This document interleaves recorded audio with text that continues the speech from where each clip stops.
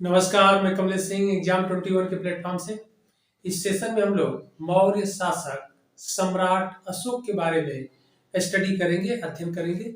और इसके पहले हम लोग चंद्रगुप्त मौर्य और बिंदुसार के बारे में स्टडी कर चुके हैं, तो आप लोग उसको देख लीजिएगा। अब हम लोग आते हैं मौर्य साम्राज्य के तीसरे सबसे पावरफुल या सबसे शक्तिशाली राजा सम्राट अशोक के बारे में। सम्राट अशोक भारत का सबसे शक्तिशाली और चक्रवर्ती राजा था और मौर्य साम्राज्य का भी सबसे शक्तिशाली राजा था। तो आइए इसके बारे में हम लोग देखते हैं। और मौर्य साम्राज्य के या मौर्य काल के राजाओं में सबसे बड़ा साम्राज्य इसी का था, क्योंकि कलिंग को जीत लिया। और कलिंग जो राज्य था दक्षिण पूर्व में उड़ीसा के क्षेत्रों में, वहां का राजा नंद राज वह भी शक्तिशाली था। लेकिन बिंदुसार और चंद्रगुप्त मौर्य यानी अशोक के जो ग्रैंडफादर थे, दादा थे चंद्रगुप्त मौर्य, उसके समय में भी कलिंग को मौर्य साम्राज्य में नहीं मिलाया जा सका था। ओके, यानी कलिंग राज्य को विजित वो लोग नहीं कर पाए थे। यह कार्य पूरा अशोक ने किया। आइए तब हम लोग प्रारंभ करते हैं। सम्राट अशोक। सम्राट अशोक का शासनकाल 273 से 232 ईसा पूर्व था। ओके, यानी बिफोर क्राइस्ट ईसा पूर्व इनका शासनकाल था सम्राट अशोक का। मौर्य शासकों में सबसे महान था। इंपॉर्टेंट पॉइंट, अशोक का जन्म 304 ईसा पूर्व में हुआ था। अशोक का जन्म 304 ईसा पूर्व में हुआ था। पिता का नाम बिंदुसार था। बिंदुसार के पश्चात यह राजा बना गद्दी पर, तो यह बिंदुसार का पुत्र था।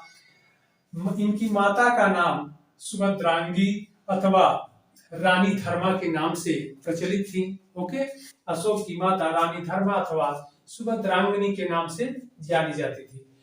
अब अशोक का बचपन में ही, बाल्यकाल अवस्था में ही शिक्षा के साथ साथ सैन्य शिक्षा भी प्रोवाइड कराई, यानी सैनिक शिक्षा भी उसे दिया गया।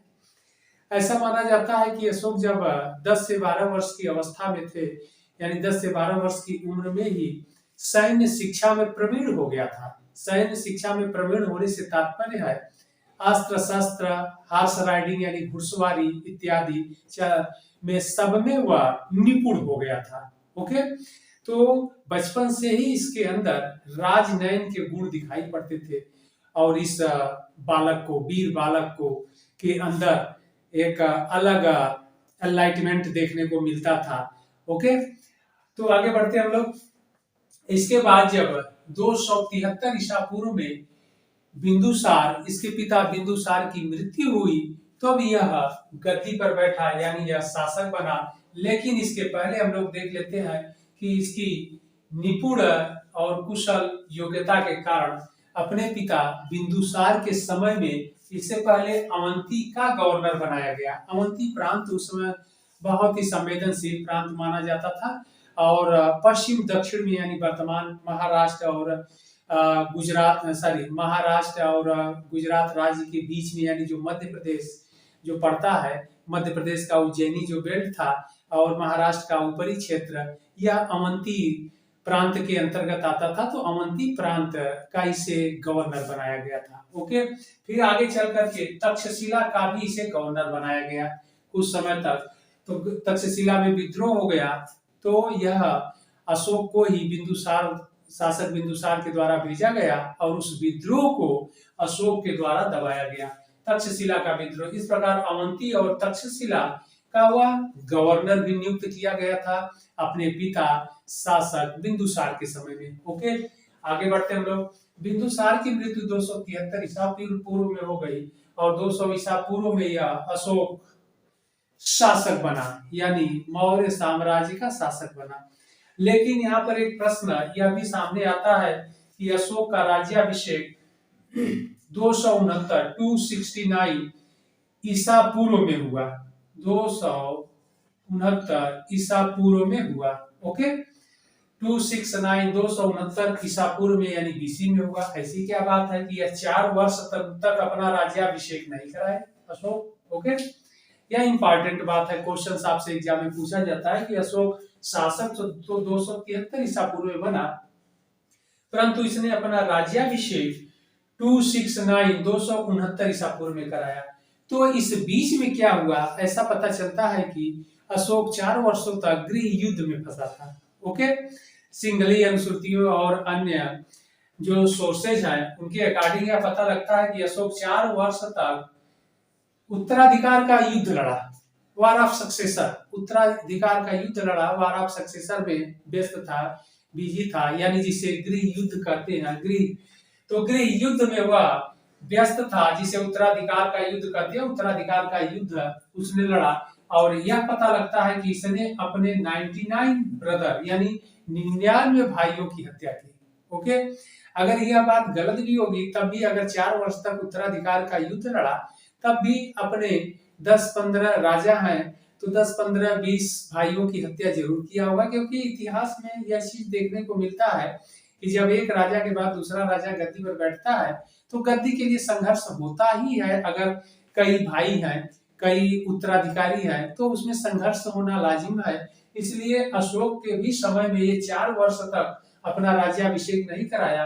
तो अनुश्रुतियों के अनुसार जो इसने 99 भाइयों की हत्या किया तो जरूर उत्तराधिकार का युद्ध लड़ा होगा, वार ऑफ सक्सेसर में यह जरूर व्यस्त रहा होगा, इसलिए 4 वर्ष के पश्चात अपना राज्याभिषेक कराया। तो यह इंपॉर्टेंट है, यानी अशोक जो है उत्तराधिकार का युद्ध लड़ा और अपने 99 भाइयों की हत्या किया, इसके बाद वह अपना राज्याभिषेक कराया। तो यह इंपॉर्टेंट बातें हैं कि अशोक राजा 273 ईसा पूर्व में बना, लेकिन अपना राज्याभिषेक 269 ईसा पूर्व में कराया, 269 ईसा पूर्व में।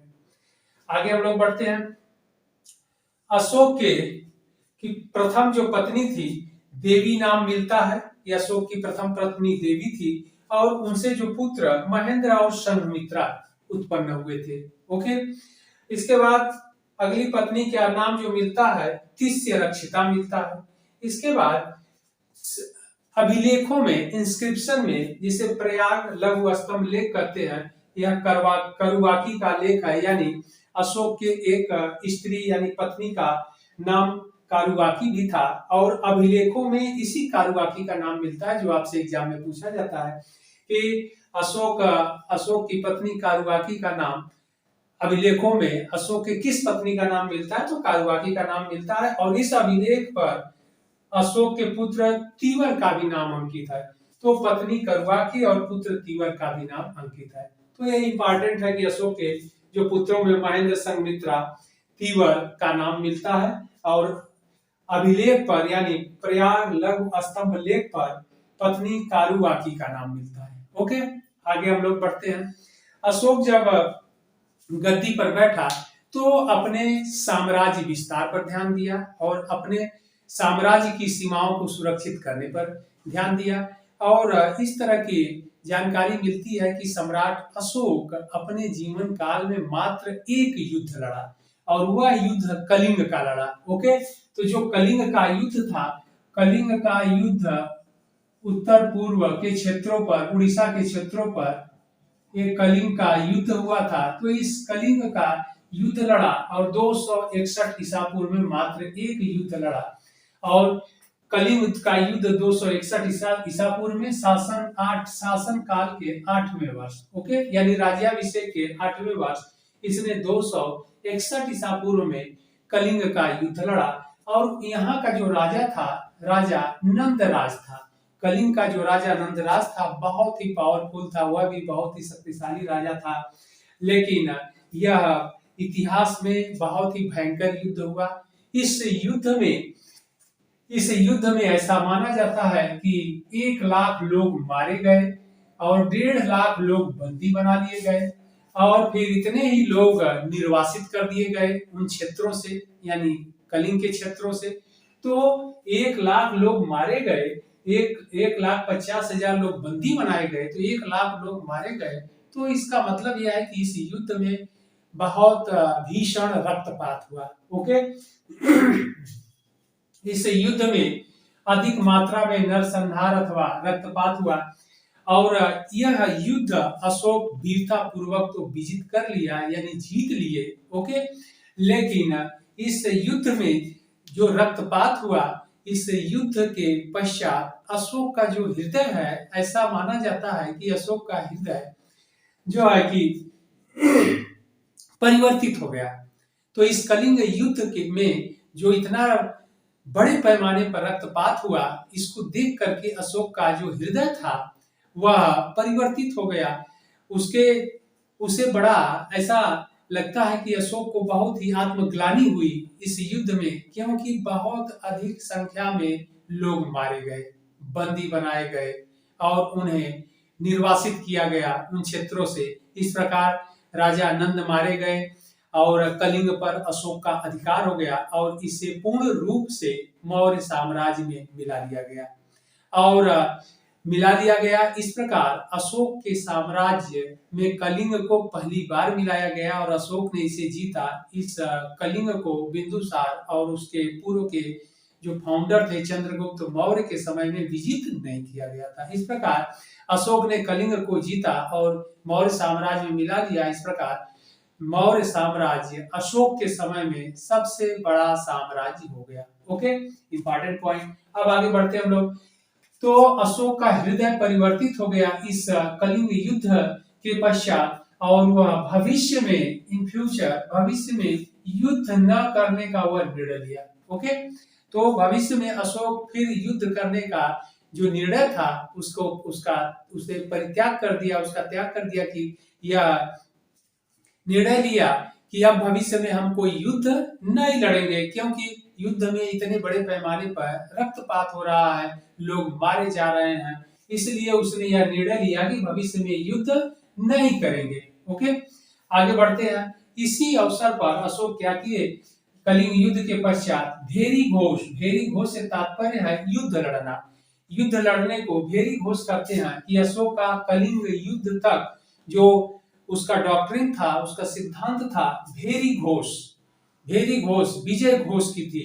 लेकिन अब कलिंग युद्ध के पश्चात जब उसका हृदय परिवर्तित हो गया और युद्ध न करने का निर्णय लिया, तो उसने धम्म घोष की नीति की घोषणा की। धम्म घोष की नीति से तात्पर्य है अब जो है भाईचारे की भावना और धम्म इत्यादि का प्रचार प्रसार, जनता के कल्याण को करना या कल्याणकारी कार्यों को करना, अब इस नीति पर वह आ गया। ओके, तो धम्म घोष का वह निर्णय लिया।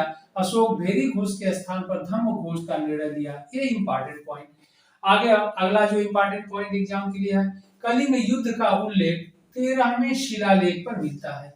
अशोक के 13वें शिलालेख पर यह इस कलिंग युद्ध का उल्लेख मिलता है कि अशोक ने कलिंग युद्ध लड़ा और इसमें बड़े पैमाने पर रक्तपात और हिंसा अथवा नरसंहार हुआ। ओके, ये अगला पॉइंट चलते हैं। अशोक यह पहला भारतीय शासक था जिसने इंस्क्रिप्शन यानी अभिलेखों के द्वारा सीधे अपने संदेश अपनी प्रजा तक पहुंचाता था।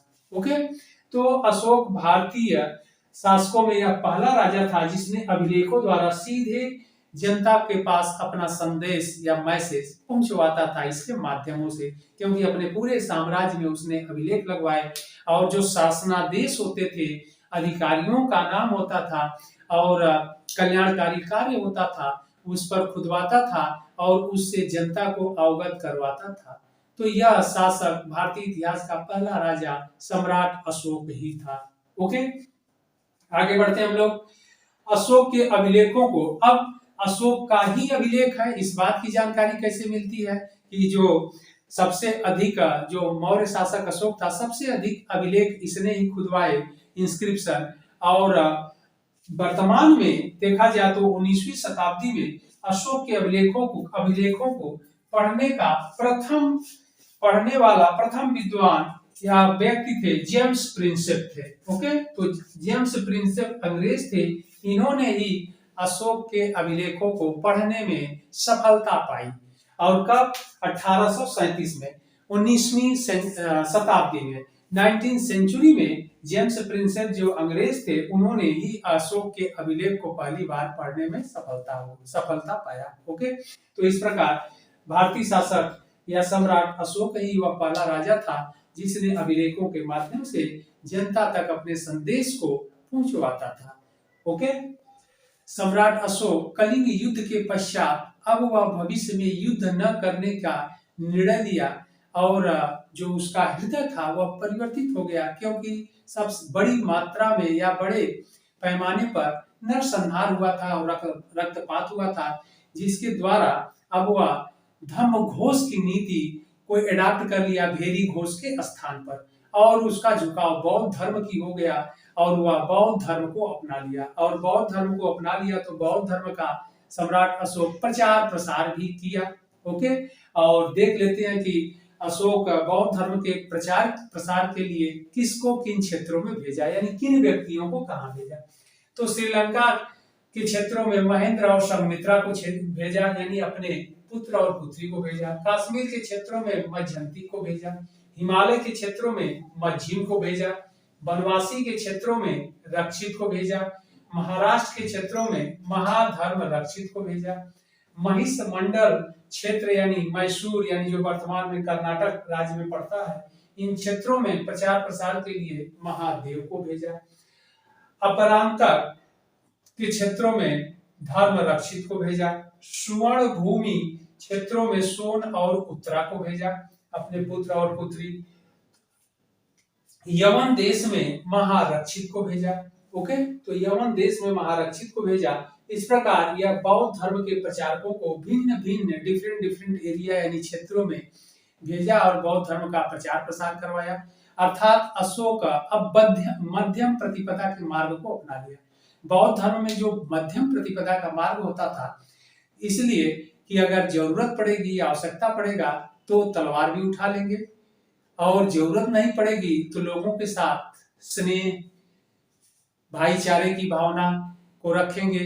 ओके, जनता का कल्याण करेंगे, कल्याणकारी कार्य करेंगे। तो प्रजा के कल्याण की तरफ उसका झुकाव हुआ और बौद्ध धर्म को अपनाया। मध्यम बौद्ध धर्म के अंतर्गत मध्यम प्रतिपदा का मार्ग होता है कि न अधिक कठोर और न अधिक सरल होना, बीच के मार्ग को अपनाना। इसलिए अशोक ने बौद्ध धर्म को अपनाना अच्छा समझा अपने साम्राज्य के लिए, क्योंकि एक राजा था।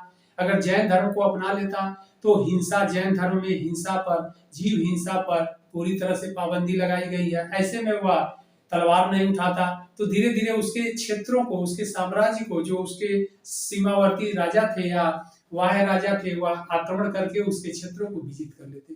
इसीलिए अशोक ने बौद्ध धर्म को एडॉप्ट किया, यानी मध्यम प्रतिपदा मार्ग को अपनाया। आगे बढ़ते हम लोग।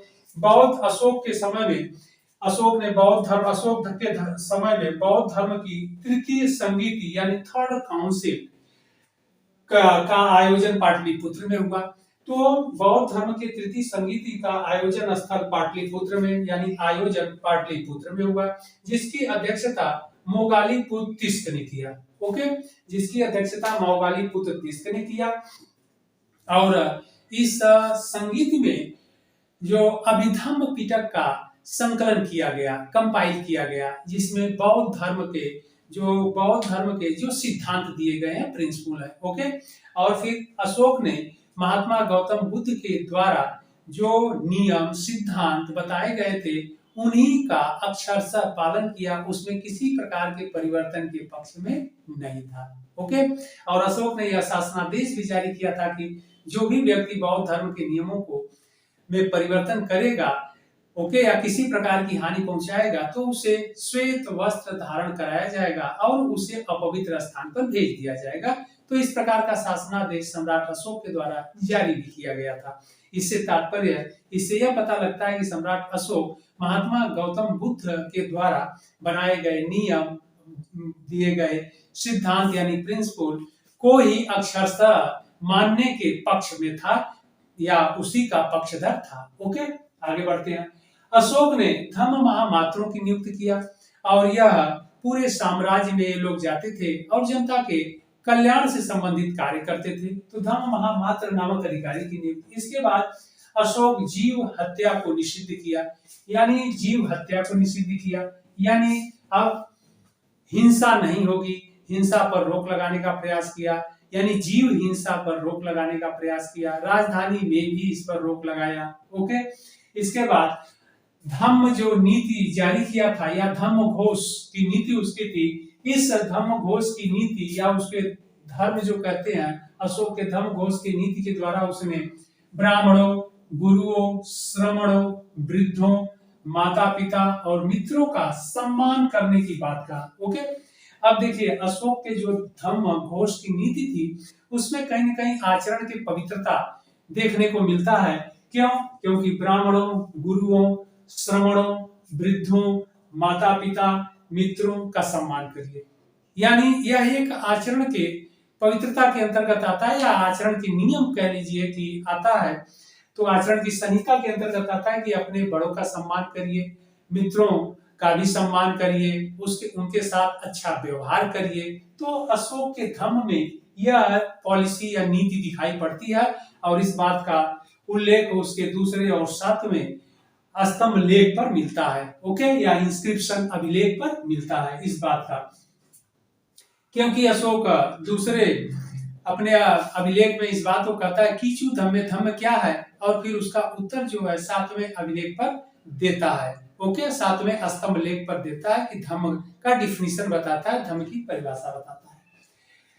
अब आगे हम लोग चलते हैं कि अशोक ऐसा शासक था, ऐसा सम्राट था कि वो अपने जो समकालीन उसके जो राजा थे, वैदेशिक राजा थे या सीमावर्ती क्षेत्रों के राजा थे, उनके साथ यह मधुर संबंध बनाए रखा, मधुर संबंध स्थापित रखा। तो उसके समकालीन जो विदेशी राजा थे जिनके साथ यह मधुर संबंध बनाए रखा हुआ कौन कौन राजा थे? तो सीरिया देश है, सीरिया का राजा एंटियोक था, मिस्र का राजा तुर्मै था, मेसिडोनिया का राजा अंतिकीनी था, मग का राजा एपीरस था, सीरीन का राजा अलेक्सुंदर था। यानी यह 5 1 2 3 4 5 सम्राट अशोक के समकालीन ये 5 राजा थे। सीरिया, मेसिडोनिया, सीरिया, अंतियोक, मिस्र, तुर्मै, मेसिडोनिया, अंतिकीनी, मग, एपीरस, सीरीन, अलेक्सुंदर। तो यह इतने राजा थे। अब आगे हम लोग बढ़ते हैं कि अशोक ने जब बौद्ध धर्म एडॉप्ट किया था तो ऐसा पता लगता है कि सिंहली अनुसूचियों के अनुसार और अन्य सोर्सेस के अनुसार कि अशोक जो है बौद्ध धर्म को एडॉप्ट किया तो किससे किया? उपगुप्त अथवा निग्रोथ नामक जो भिक्षु था, बौद्ध भिक्षु था, उसी से सम्राट अशोक बौद्ध धर्म की शिक्षा ग्रहण किया। तो बौद्ध धर्म की शिक्षा अशोक उपगुप्त अथवा निग्रोथ नामक बौद्ध भिक्षु से ग्रहण किया।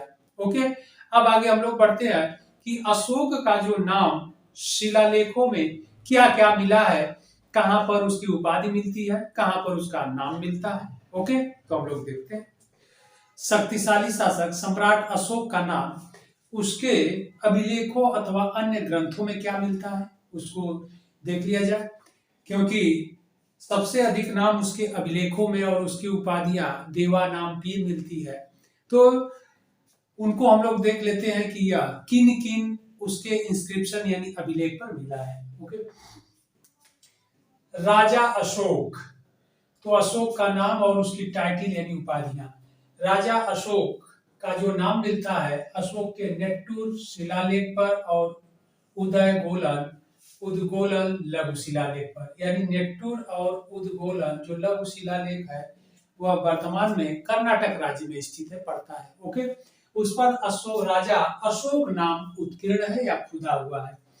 इसके बाद पियदसी राजा बरार गुहा लेख पर खुदा है, और पियदसी राजा मगध जो है भाब्रू बैराट लघु शिलालेख पर यह अंकित है, मिलता है। भाब्रू बैराट लघु शिलालेख पर पियदसी राजा मगध शब्द अंकित है।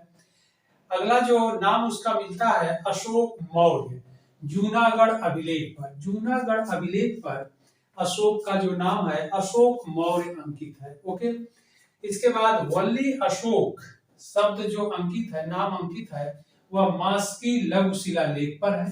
ओके, इसके बाद देवा नाम प्रियदसी जो अंकित है गुर्जरा लघु शिलालेख पर। तो गुर्जरा लघु शिलालेख पर देवा नाम प्रियदसी, और देवा नाम प्रियदसी यह उसकी टाइटल उपाधि थी। प्रियदसी राजा भी उसकी उपाधि थी, टाइटल थी, अशोक उसका नाम था। इसके बाद देवा नाम प्रियदसी अशोक राजा जो अंकित है गुर्जरा लघु शिलालेख पर। ओके, इसके बाद अशोक वर्धन भी नाम मिलता है, तो पुराणों में इसका नाम अशोक वर्धन मिलता है। ओके, इसका मतलब यह है कि अशोक के अभिलेखों में राजा अशोक, प्रियदर्शी राजा मगध, अशोक मौर्य, अशोक, देवानाम प्रियदर्शी, अशोक राजा, यह उसके शिलालेखों में मिलता है। शिलालेख से मतलब है कि इंस्क्रिप्शन अभिलेख से, ओके, क्योंकि शिलालेख भी उसके डिवाइड थे, विभाजित थे, बृहद शिलालेख और लघु शिलालेख, ओके। इसके बाद लघु शिलालेख के बाद स्तंभ लेख थे, तो बृहद थे, लघु स्तंभ लेख थे। इसके बाद गुहालेख, गुहालेख यानी केव, जो पहाड़ियों को काट कर गुफा बनाई जाती थी, आजीवक संप्रदाय या किसी धर्म इत्यादि के लोगों को वह दान दे दिया जाता था, जिसमें वह निवास करते थे, ओके। तो इस प्रकार अशोक के समय में जो इंस्क्रिप्शन अभिलेख थे, बृहद शिलालेख, लघु शिलालेख, बृहद स्तंभ लेख, लघु स्तंभ लेख और गुहालेख। तो इंस्क्रिप्शन जो टाइप थे, प्रकार थे, वो 5 प्रकार के थे, ओके। तो अब इंस्क्रिप्शन पर यानी अभिलेखों पर उसका नाम मिला, ठीक। राजा अशोक, प्रियदर्शी राजा मगध, अशोक मौर्य, अशोक, देवानाम प्रियदर्शी, अशोक राजा, और पुराण में नाम जो मिलता है अशोक वर्धन मिलता है। तो यह इंपॉर्टेंट है। आगे अभिलेखों में जैसा कि हम लोगों ने देखा कि भारतीय राजा या पहला भारतीय राजा था जो इंस्क्रिप्शन अभिलेखों के माध्यम से जनता तक अपने संदेश पहुंचाता था, और जनता को जो अधिकारी नियुक्त करता था, रज्जु और धम्म महामात्र इत्यादि को भी अभिलेखों के माध्यम से जनता को बताता था कि यह आपकी रक्षा के लिए है, ये इनका ये कार्य है, ये आपके कल्याणकारी कार्यों की देखरेख करेंगे। और अशोक जो है बगीचों का निर्माण करवाया, अस्पतालों का निर्माण कराया, जीव हिंसा पर रोक लगाया। तो ये अशोक के कल्याणकारी कार्य थे। इस प्रकार अशोक बौद्ध धर्म अपनाने के पश्चात, कलिंग युद्ध के पश्चात वह पूरी तरह से कल्याणकारी और मानवतावादी रास्ते पर चला, ओके। तो जिससे कैसे पता लगता है कि अशोक मानवतावादी और कल्याणकारी रास्ते पर चला, तो उसके अभिलेख में जैसे प्रथम पृथक जो शिलालेख है उस पर अंकित है कि सभी प्रजा मेरी संतान है। इस प्रकार भारतीय राजाओं में सम्राट अशोक ही या पहला राजा है जो अपनी प्रजा को अपनी संतान कहता है सभी प्रजा मेरी संतान है। अभी तक भारतीय इतिहास में कोई राजा ऐसा नहीं हुआ जो अपनी प्रजा को संतान कह के पुकारा हो या संतान के रूप में एक्सेप्ट किया हो, स्वीकार किया। इसलिए यह अशोक की जो महानता है और बढ़ जाती है, और यह हमेशा अपने प्रजा के कल्याण के लिए 24 घंटे तत्पर रहता था। अगला जो स्टेटमेंट है, सभी पंथों के मध्य आत्मनियंत्रण और मन की पवित्रता होनी चाहिए। यह 7वें शिलालेख पर अंकित है। अशोक ने 7वें शिलालेख पर यह अंकित करवाया कि सभी पंथों यानी संप्रदाय, सभी पंथों के मध्य आत्मनियंत्रण और मन की पवित्रता होनी चाहिए। मन के पवित्रता की बात अशोक ने कहा इस 7वें शिलालेख के माध्यम से, कि सभी संप्रदाय के लोग मिलकर रहें और भाईचारे की भावना के साथ रहें और मन की पवित्रता पर विशेष बल दें। और आज भी मन की पवित्रता पर सभी धर्मों का सार है, जिस्ट यही है कि मन की पवित्रता पहले उनके डॉक्ट्रिन सिद्धांत के अंतर्गत आता है कि व्यक्ति के मन की पवित्रता सबसे बड़ी पवित्रता मानी गई है। यानी शुद्ध मन या पवित्र मन रहेगा तभी अच्छे विचार आएंगे, गुड थॉट उसमें ओरिजिन होंगे या आएंगे। तो अशोक 7वें अभिलेख में इस बात को संदेश जनता तक पहुंचाता है कि सभी पंथों के लोग आत्मनियंत्रित और मन की पवित्रता होनी चाहिए, यानी मिलजुल करके रहे और फिर मन की पवित्रता के साथ रहे। इसके बाद अशोक के समय में दक्षिण भारत के कुछ राज्य थे, जैसे पांड्य राज, चेर, चोल, पांड्य और सारीपुत्र।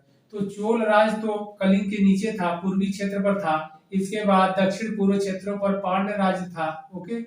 तो चोल हो गया, पांड्य हो गया, और पश्चिम क्षेत्र पर चेर राज्य हो गया और सारीपुत्र हो गया।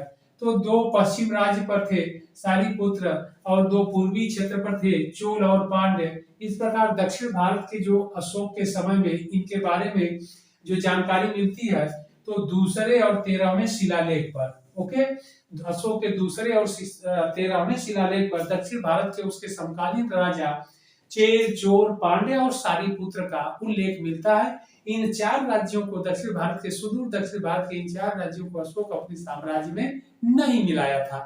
तो इस बात को ध्यान रखना है कि जब मगध पर मौर्य शासक अशोक था तो दक्षिण भारत में चेर, चोल, पांडे और सारिपुत्र ये राजवंश शासन कर रहा था या रूलर थे, इस वंश के लोग शासन कर रहे थे। तो ये इंपॉर्टेंट पॉइंट है जिसके बारे में जानकारी दूसरे और 13वें शिलालेख पर मिलता है। इन राजाओं के इन राज्यों का नाम दूसरे और 13वें शिलालेख पर मिलता है।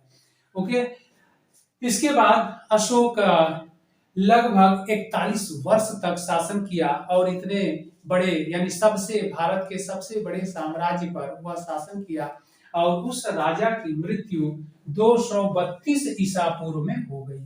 ओके, 232 ईसा पूर्व में एक लगभग 41 वर्ष शासन किया और उसकी इस महान राजा की मृत्यु हो जाती है। और इसके बाद अशोक की मृत्यु के पश्चात जो उसका उत्तराधिकारी हुआ राजा दशरथ हुआ, लेकिन यह वीर था, कमजोर था। इसके समय में जो मौर्य साम्राज्य था उसकी सीमाएं सीमित होने लगी और फिर दशरथ के बाद जितने भी उत्तराधिकारी हुए वह मौर्य साम्राज्य को वह ऊंचाई नहीं पहुंचा पाए जो सम्राट अशोक, बिंदुसार और चंद्रगुप्त मौर्य ने दिया था। ओके, इस प्रकार धीरे धीरे मौर्य साम्राज्य का डाउनफॉल शुरू हो गया, यानी कमजोर होता चला गया। और इस वंश का जो अंतिम शासक था राजा बृहद्रथ था और इसके कमजोरी का लाभ उठा करके जो पुष्यमित्र शुंग था, इसका अमात्य और सेनापति, उसने बृहद्रथ की हत्या 184 ईसा पूर्व में कर दी और इस प्रकार मौर्य साम्राज्य मगध से या भारत की भूक्षेत्र से समाप्त हो गया और मगध पर शुंग वंश की स्थापना हो गई। तो यह था मौर्य साम्राज्य। हम लोगों ने मौर्य साम्राज्य के सारे इंपॉर्टेंट पॉइंट और राजाओं के बारे में हम लोगों ने देखा। आप लोग इसको अच्छे से देखिएगा। फिर हम लोग मिलते हैं अगले सेशन में।